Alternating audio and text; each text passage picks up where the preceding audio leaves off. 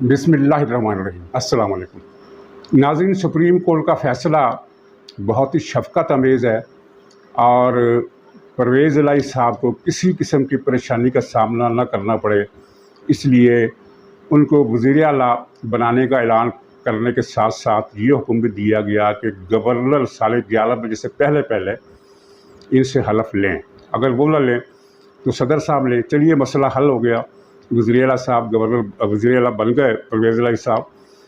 और लेकिन इस फ़ैसले से सियासी महाज गर्म हो गया है और PDM को अपनी सियासत आगे बढ़ाने के लिए जिस कैटलिस्ट की ज़रूरत थी वो उसे मिल गया है।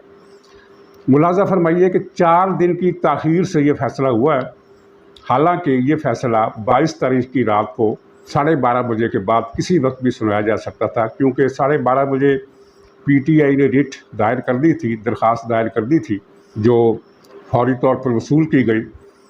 अगर ये 12:30 पर ये दरख्वास्त फ़ाइल हुई थी तो 12:35 पर यह फ़ैसला सुनाया जा सकता था, क्योंकि ये बहुत ही सिंपल मसला था, आसान मसला था। 2 सतर का आर्डर जारी करना था कि डिप्टी स्पीकर का फ़ैसला गलत है, परवेज़ इलाही वज़ीर आला है और इनसे हल्फ लिया जाए, किस्सा ख़त्म।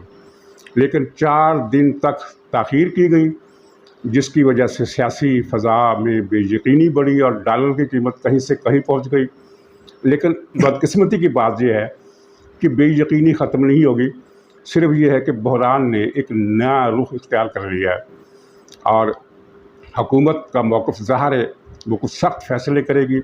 वो कोई भी फ़ैसला कर सकती है, जो भी फ़ैसला वो करेगी वो सख्त होगा और मसाइल को उससे हल होने में मदद नहीं मिलेगी, बल्कि बहरान गंभीर होता जाएगा। वो ये फ़ैसला भी कर सकती है कि हुकूमत से क्विट कर जाए कि संभालो खुद, और ये फ़ैसला भी कर सकती है कि हम इस फ़ैसले को नहीं मानते और कौमी असम्बली नहीं तोड़ी जाएगी। नाज़रीन, इस मामले में दिलचस्प चीज़ परवेज़ इलाही की तकर्री नहीं है। ये पहले वज़ीर आला है जिनको सुप्रीम कोर्ट ने मुकर्रर किया है। इंतखाब वो हार चुके थे और सुप्रीम कोर्ट के फ़ैसले के मुताबिक वो 10 वोट काउंट नहीं हो सकते थे, जो काउंट नहीं किए गए। लेकिन फिर भी उन्हें जब वज़ीर आला मुकर्रर किया गया है तो इसे तकर्री कहेंगे और कुछ नहीं कहेंगे। लेकिन इससे ज़्यादा दिलचस्प मसला ये था कि पूरे पाकिस्तान में हर तरफ से ये आवाज़ आ रही थी कि फुल कोर्ट बनाई जाए, लेकिन वो नहीं बनाई गई और उससे मसलसल गुरेज़ किया गया। जबकि इस दौरान इधर उधर से भी जो मैसेजेस आते रहे वो यही थे कि हुकूमत का मुतालबा मान लिया जाए, क्योंकि ये पाकिस्तान की अक्सरियती आबादी की नुमाइंदगी करती है और 70% आबादी इन जमातों की हामी है जिनकी ये हुकूमत है। लेकिन ताख़ीर की गई, तो इस और ताख़ीर के साथ ये रिट जो थी मुस्तरद कर दी गई कि फुल कोर्ट बनाया जाए। तो इस गुरेज़ की वजह क्या थी? उस गुरेज़ की वजह खुद चीफ जस्टिस ने अपने एक रिमार्क लेकर उसकी तरफ इशारा कर दिया, वाज़ेह इशारा कर दिया। वो ये था कि आर्टिकल 63A की तशरीह हो चुकी है, मज़ीद तशरीह की ज़रूरत नहीं। नाज़रीन, यही वो नुक्ता है जहाँ पानी बढ़ता है। फुल कोर्ट बनाने से गुरेज़ की असल वजह ये नहीं थी कि परवेज़ इलाही की वज़ारत आला ख़त्म हो जाती या उसका इम्कान ख़त्म हो जाता, वो भी एक वजह थी। लेकिन बड़ी वजह थी वो ये थी कि अगर फुल कोर्ट बनता है तो आर्टिकल 3A की जो तशरीह तीन रुकनी बेंच ने की वो ख़तरे में पड़ जाती, इसलिए कि इस तशरीह में आइन को रीराइट किया गया था। आइन में तरमीम की गई थी जिसका अदलिया को इजाज़त या इख्तियार नहीं था।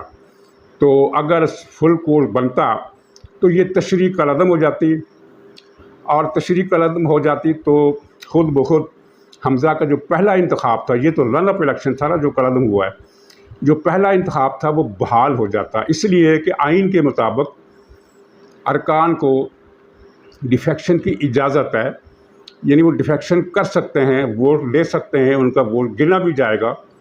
बाद में डिसिप्लिनरी कार्रवाई होगी, या वो खुद पार्टी छोड़ ले।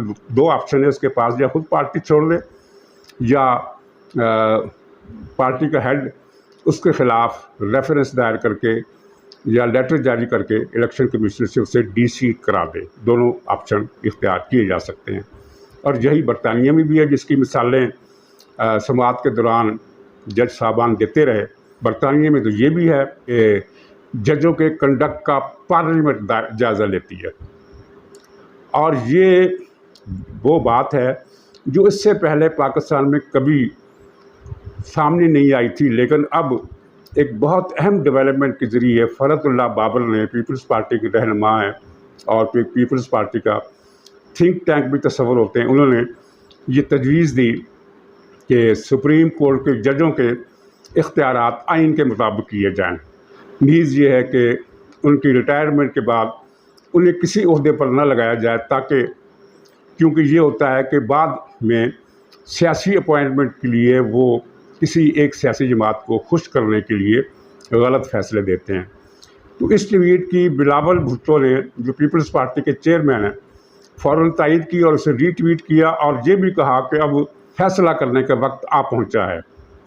اچھا، ہم یہ نہیں کہتے کہ یہ فیصلہ اب ہو جائے گا، خدا جانے صورتحال آنے والے دنوں میں کیا شکل اختیار کرتی ہے، لیکن یہ ایک ایشو سامنے آ گیا ہے، اور کسی بھی مناسب وقت میں کچھ دیر کے ساتھ یہ معاملہ بھی ہو جائے گا، اور ججوں کے اختیارات کا آئینی تعین کر دیا جائے گا، جس طرح بھارت سے لے کر برطانیہ تک، امریکہ سے لے کر فرانس تک، دنیا کے تمام جمہوری ممالک میں عدلیہ کے جو اختیارات ہیں وہی اختیارات پاکستان میں بھی ہونے چاہیے. یہ بحث اب چھڑے گی، کیونکہ دنیا میں کسی بھی جگہ عدلیہ حکومت کا کردار ادا نہیں کرتی کہ فلاں کو مقرر مت کرو، فلاں فیصلے مت کرو، فلاں کو نوکری مت دو، فلاں کو نوکری سے مت نکالو، یہ قانون پاس کرو، یہ قانون پاس کرو.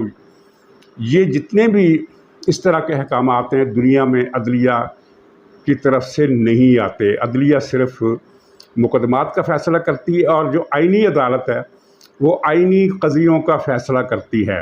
پاکستان میں تو ہم نے یہ دیکھا کہ سپریم کورٹ جو آئینی عدالت ہے، ٹرائل کورٹ ہے ہی نہیں، اس نے اقامہ کیس میں نواز شریف کو سزا سنا دی.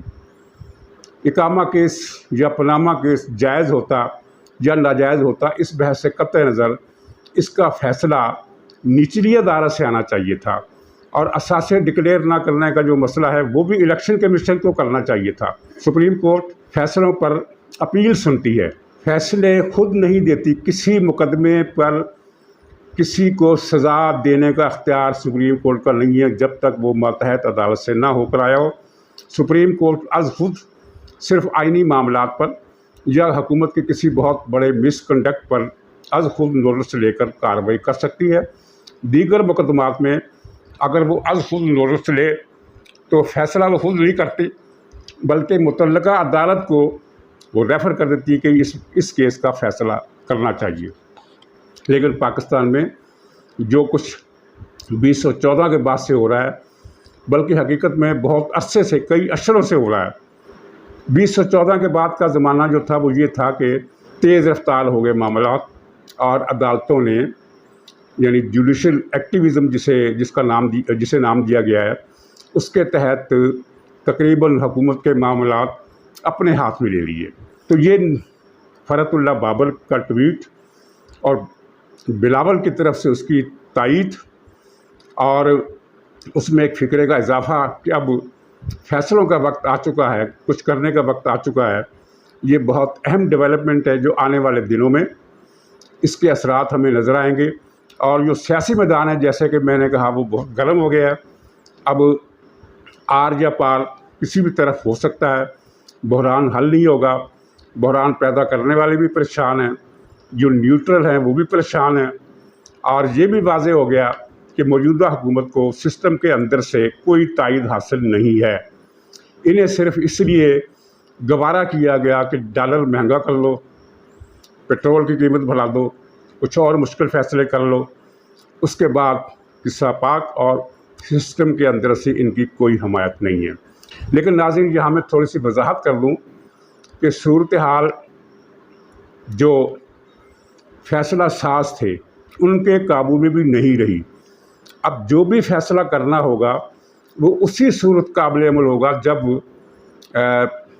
मौजूदा हुक्मरान इत्तेहाद को इत्मीनान में लिया जाए और उसकी रजामंदी हासिल की जाए। अगर उसकी रजामंदी नहीं मिलती तो किसी के लिए कुछ भी करना मुमकिन नहीं रहेगा। और बहुत सारे वाक़यात हो रहे हैं अंदरूनी खाना जो पब्लिक तक नहीं आ रहे, लेकिन उनकी जो इतलात जिन तक पहुंच रही है वो अंदाज़ा कर सकते हैं कि फ़ैसला साज कितनी ज़्यादा परेशानी में मुब्तला हैं। अपनी लाई हुई बला खुद उन्हीं के गले पड़ गई है, और यहाँ बला से मुराद इमरान खान नहीं है बल्कि ये बहरान है जो बड़ी मेहनत से पैदा किया गया। ये रातों रात नहीं आया। इस बहरान की इब्तिदा 2014 से की गई थी, और तब से इस बहरान को बढ़ाते गए ये सोचकर कि जब हम चाहेंगे यूं करके इस बहरान की गर्दन बरोड़ देंगे और मामला हमारे हाथ में रहेंगे, लेकिन ऐसा नहीं हो सका। और अब खुल्लम खुल्ला तसादम की तरफ मामला चला गया है, और ये 2-4 दिनों में तसादम की शक्ल इतनी वाज़ेह हो जाएगी कि जिसको कहते हैं ना कि थ्रिलर, बहुत बड़ा थ्रिलर चलने वाला है, जिसके नुकसानात ही नुकसानात हैं, फ़ायदे कुछ भी नहीं। तो इस सिलसिले में कुछ मज़ीद तबसरा, मज़ीद इतलात और मज़ीद लगात मैं अपने अगले व्लॉग में इंशाअल्लाह करूँगा। तब तक के लिए इजाज़त दीजिए। खुदा हाफ़िज़।